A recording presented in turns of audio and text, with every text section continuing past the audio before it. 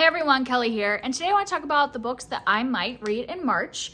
I have a lot of books here because March is my favorite reading month of the year because of middle grade March. It's a readathon, which I will link the announcement video down below, where you just read middle grade books.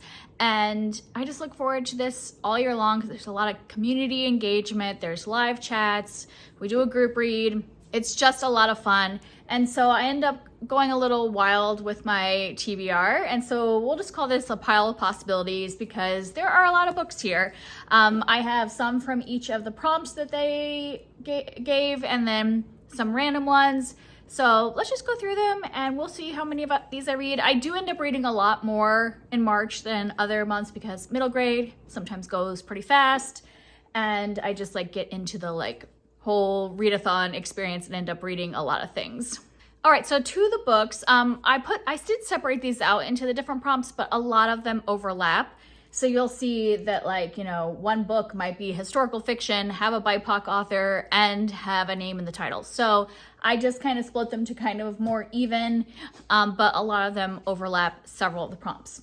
So let's first just talk about some BIPOC authors. And like I said, there will be other Black, Indigenous, person of color authors in the other categories, but these didn't fit. Well, actually, some of these did fit into other categories as well. So yeah, these are just ones I happen to put in the BIPOC category. I have The Gate, the Girl, and the Dragon by Grace Lin. I've loved every fantasy book by Grace Lin, Where the Mountain Meets the Moon, Starry Red Rose Sky, so many of her books. I just absolutely love them. And I had picked this one up last year and just hadn't read it yet. And so I would love to read that one.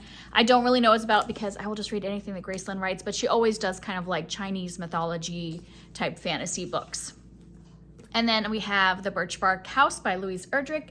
This is an Indigenous historical fiction story, and I've been meaning to read this for years. I would say, I think that I got this probably around 2019 and have had it on my TBR several times, and I would just really like to read this and finally get around to it.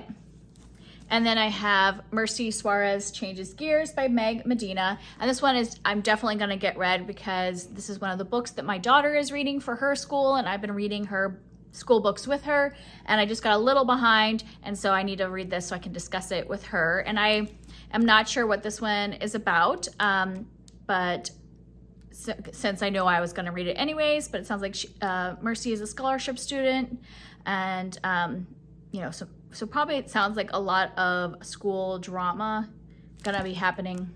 But my daughter liked it. And did this one win the Newbery? Yeah, it looks like it did. So that'll be fun to read that one. And then let's go into historical fiction. And we have the group book, which is Max and the House of Spies, A Tale of World War II by Adam Gedwitz. And I don't really know much about this one because it's the group read, so of course I'm going to read it. It does have a sequel, and I did get the sequel from the library, so if I really love this one, I could end up reading the sequel as well. And my daughter said she would read this one with me, so we might end up listening to it on audio and reading it together. And then I have The Night Diary by Veera Hiranandani. And this one is historical fiction that takes place in India when India and Pakistan separated. And I believe that she was living on one side and had to go to the other side. And yeah, I've heard really good things about this one. And then I have The War I Finally Won by Kimberly Brubaker Bradley. I read the first book in this duology a few years ago and really liked it. And this would help me actually finish off a series if I read this one. Like I said, I really love the first book, so I think this will be a good one. This is a World War II story as well, following these two siblings that end up being sent to the country. They were sent out, from London to the country during the war, and then I think she's a little older here and I don't even know. It says that World War is still happening. World War II is still going on in this one, so it's not after the war, but still in the war. I have a bunch that are name in the title, and as you could tell from some of the other ones I'm going to tell you, this is one that it seems like so many middle grade books have a name in the title. So this is a really big category. I have a couple Roald Dahl books that were from my childhood that over the years I've been reading, one or two a year during middle grade March to kind of read through my childhood collection. And these are, I think, the only two Roald Dahl books that I own from my childhood that I have not read as an adult. And both of them happen to have a name in the title. We've got George's Marvelous Medicine, which is really teeny tiny. And then we have The Wonderful Story of Henry Sugar. And this is actually a collection of short stories. And I had heard that they actually made short movies based off of several of these stories. So it'd be interesting if I read these and then check out some of the short little movies, like the movie shorts. So we'll see if that actually happens. But that would finish kind of like my nostalgia of reading some of my childhood books.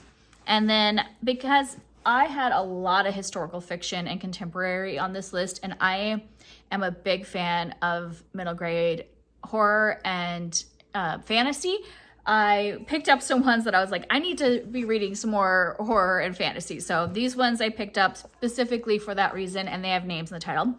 We have Juniper Berry by M.P. Kozlowski, and this one is a horror book. Sounds like Juniper thinks that something is weird with her parents. They just don't seem like her parents anymore. And then we have Mrs. Frisbee and the Rats of Nim by Robert C. O'Brien. This one is what the movie Secret of Nim was based off of, which was my favorite movie as a child.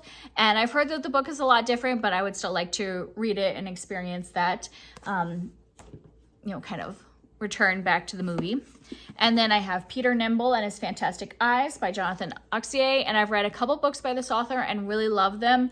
And so I would like to continue. So I had read The Night Gardener is like one of my favorite books. And then what was the other one that everybody had read? A Girl and a Monster. Is that what it was called? Of course, it doesn't have his other books in here. But yeah, really loved his book. So I would like to read this one. And this is about I believe a boy who is a blind orphan who finds magical eyes. And then I have a graphic novel, Seraphina and the Black Cloak by Robert Beatty. And my daughter and I had read this entire series. It's a 4-book series.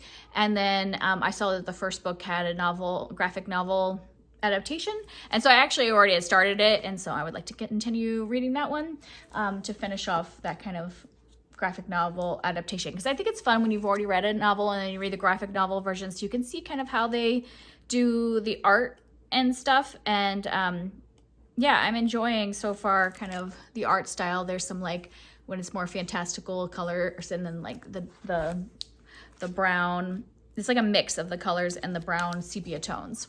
And then my shortest category is books with books on the cover, which I was pretty surprised. Out of all of these, I only had 2 that had books on the cover. I want to read Bridge to Terabithia. This is a collection of 3 of Catherine Patterson's books, but I want to read Bridge to Terabithia, and this does have a book on the cover, and that's one I read as a child, but I want to revisit it as an adult.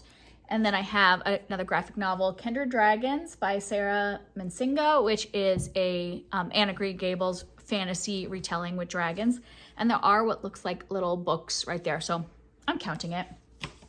And then the next one is siblings. And I seem to have a hard time finding ones with siblings in the books. And I think most of these count for other prompts as well. I have Becoming Naomi Leone by Pam Munoz Ryan. I've read several by this author and really liked it. And this one, it sounds like there is a girl and her brother who are living at a trailer park. And then their mother reappears after 7 years. So yeah, seems like family drama. I have The Mighty Miss Malone by Christopher Paul Curtis, which is also a historical fiction and a BIPOC author. And this one has a girl and her brother living during the Great Depression. And then we have More to the Story by Hina Khan. And this one is a Little Women retelling. So we have the 4 sisters like from Little Women, but in modern time. And And there is, I think actually, there is a book on the cover of this one. So it would count for that prompt as well. And then I have a couple books that I just want to read that are middle grade but don't fit any of the prompts, but I am hoping to get to this month. I have Just Keep Walking by Erin Soderbergh Downing, and this is about a girl and her mother who walk the Superior Hiking Trail, which goes through the place where I live. This is a Minnesotan author, and this is another one that my daughter was reading for school that I want to catch up and read and talk to her about. And then I usually like to read a nonfiction during middle grade March, and this just didn't fit in with any of the prompts. It is historical, but it's not historical fiction, but we can kind of like count it in that if we want. And this is History Smashers Women's Right to Vote by Kate Messner, and this is just about kind of the suffragette movement and all that stuff. And these books have like illustrations in them and all that. And then I have a graphic novel series. I have all 3 books in the series. We'll see if I get to them. Lightfall, The Girl, and the Caldurian by Tim Probert. And I've just heard good things about this graphic novel series, and I've wanted to start it and see what I think. And it's kind of fun to throw in some quick graphic novels. And then I have a pile of books that are ones that I want to try a chapter to see if I want to get rid of them. I'm trying to downsize some of our stuff, and I want to kind of reduce my middle grade shelf. And so I thought if I try a chapter of these books that I've owned for a long time, we'll see which ones I want to continue with and which ones I want to get rid of. And some of them happen to fall into the prompts. So if I end up reading a chapter and liking it, maybe I'll finish the prompt. So the first category are historical fiction.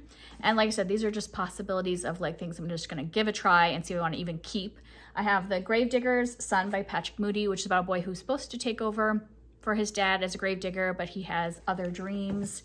And then I have The Star of Kazan by Eva Ibbotson. And this is an author that's like a pretty popular classic fantasy writer. I think it's like fantasy historical fiction, maybe.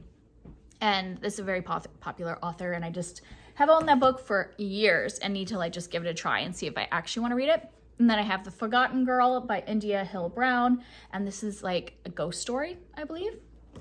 And then we have some books with siblings in them. I have Everlost by Neil Shusterman. I've had this book for many years. I've liked other books by this author, but just have never read this middle grade series. So let's just see if I would even be interested in it. Watch Hollow by Gregory Funaro. This is one that I bought when I was kind of on my middle grade horror kick and then didn't pick up for years. And this is about siblings who I think that their dad works like in a kind of creepy house, and they're kind of just figuring out what's going on there. And then I have A Tale Dark and Grim by Adam Getwitz. This is the same author that does the group read, and this one is Hansel and Gretel. So it's like kind of a horror fantasy retelling of the Grimm's fairy tales.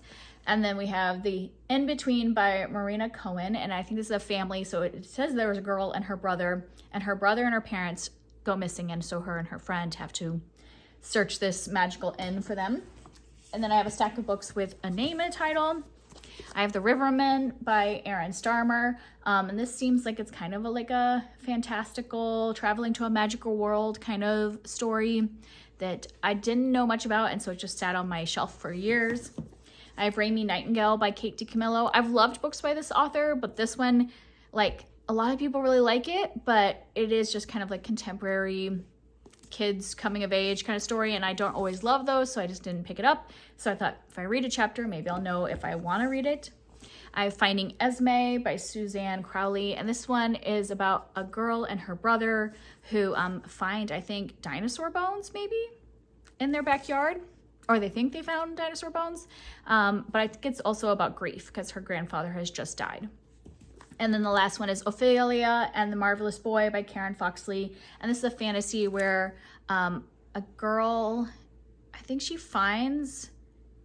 exploring a museum and finds a boy locked away in there. So yeah, all of those are ones that I've just owned for probably, 4 to 5 years or so and have never picked up. So I would just like to give them a try and see if they're coming off my shelves or if they're going to join my middle grade March TBR.